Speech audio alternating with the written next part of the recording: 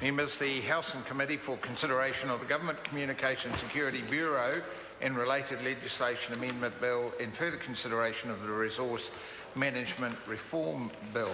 Members, we turn first to the Government Community Security Bureau and related Government Communication Security Bureau and related legislation amendment bill, and the question is that Part 1 stand part. Mr. Chairman. Honourable Chris Finlayson. Mr. Chairman, Part 1 deals with amendments to the GCSB Act 2003, and I thought it would be helpful if I outlined to the committee 12 key aspects of the changes which are set out in the bill, because the purpose of these changes is to provide a clearly formulated and consistent statutory framework, to create a greater oversight regime, and to update the Act to respond to the changing security environment. As I say, there are 12 key aspects. The first deals with definitions and interpretation. If one looks at Section 4 of the 2003 Act, one sees that it contains definitions of various terms that are now outdated and require replacement, amendment or repeal. And they include definitions of computer system, foreign communications, foreign intelligence and network. And so the amendment bill inserts a new definition for information infrastructure to replace the definitions of computer system and network, to take into account the new ways in which communications are carried and stored. The definition is a broad one, and it's there to make sure all the ways of communication are indeed captured.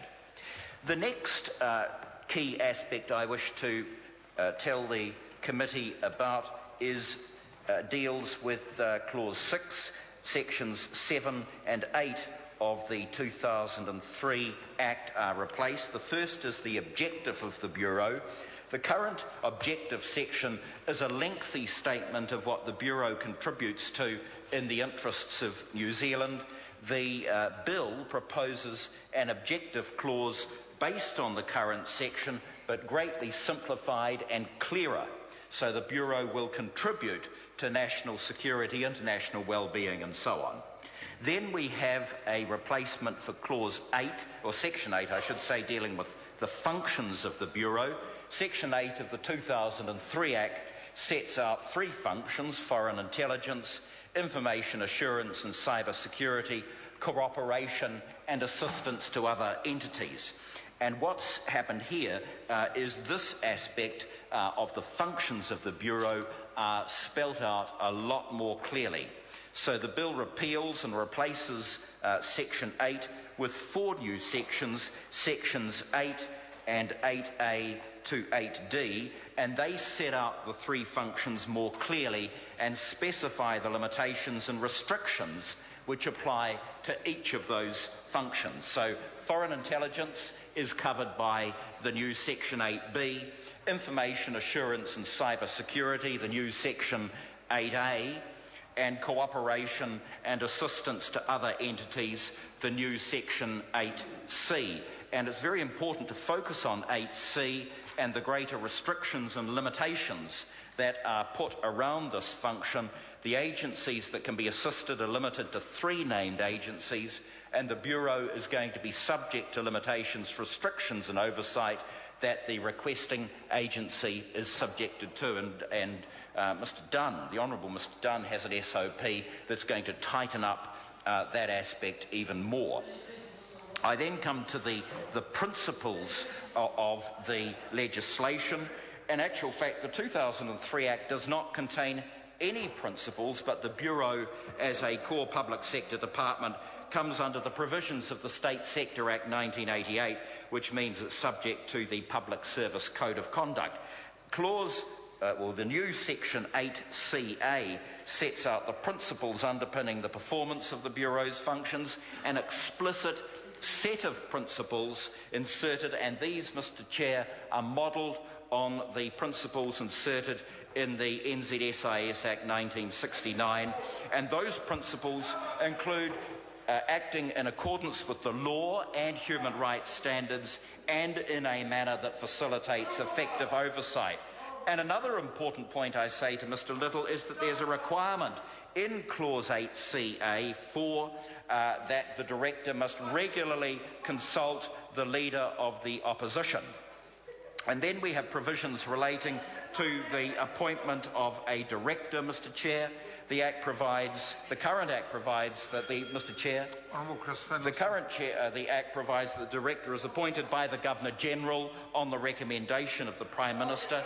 Cabinet decided in 2010 to involve the State Services Commissioner in managing the appointment process. This was done through the Cabinet Office manual, pending an opportunity for the review of the legislation, and so the bill incorporates the Cabinet manual process into statute, making the management of the appointment more transparent, and the same process provisions are going to be inserted into the NZSIS Act.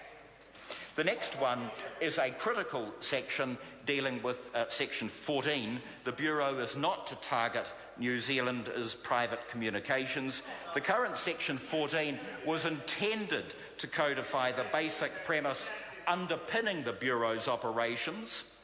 However, the way the basic premise was incorporated into the Act meant that it applied not only to the foreign intelligence function but also to its two other functions. Unfortunately, some sloppy drafting there.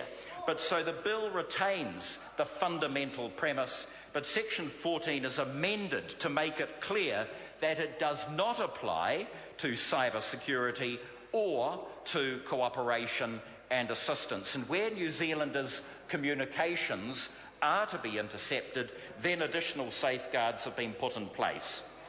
The next aspect, Mr Chair, concerns warrantless powers.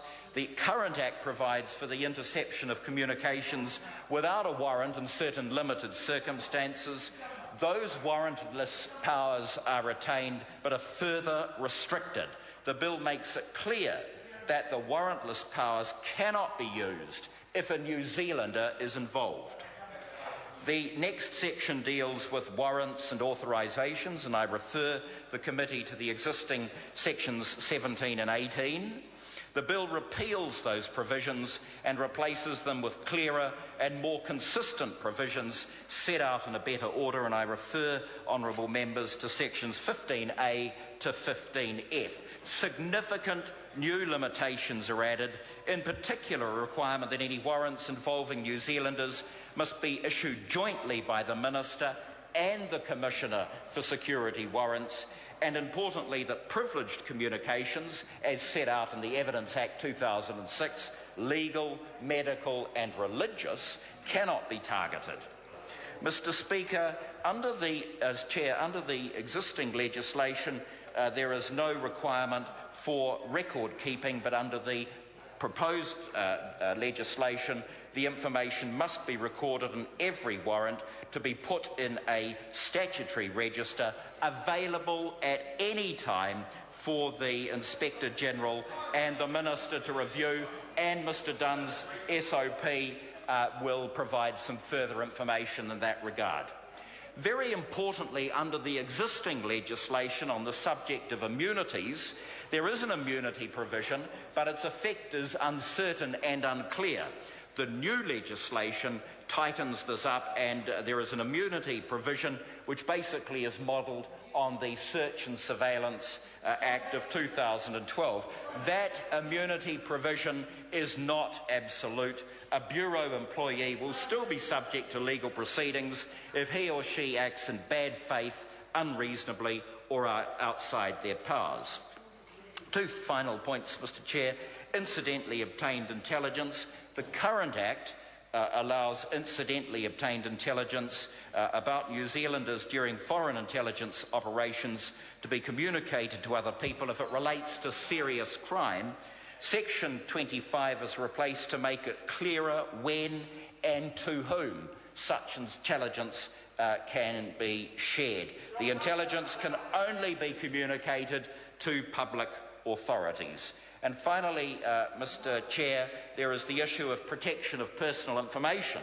The Bureau's currently exempt from Principles 1, 5, 8 and 9 of the Privacy Act 1993. In 2011, the Law Commission recommended that those principles should apply, and so the bill addresses that issue. The Director will be required, in consultation with the Privacy Commissioner and the Inspector General, to formulate a policy on the protection and disclosure of personal information that complies with those principles. So there are the 12 key aspects, and I think it would be very helpful if we could address those. Leader of the Opposition, David Shearer. Thank you, Mr. Chair. Sir, the last point in that 12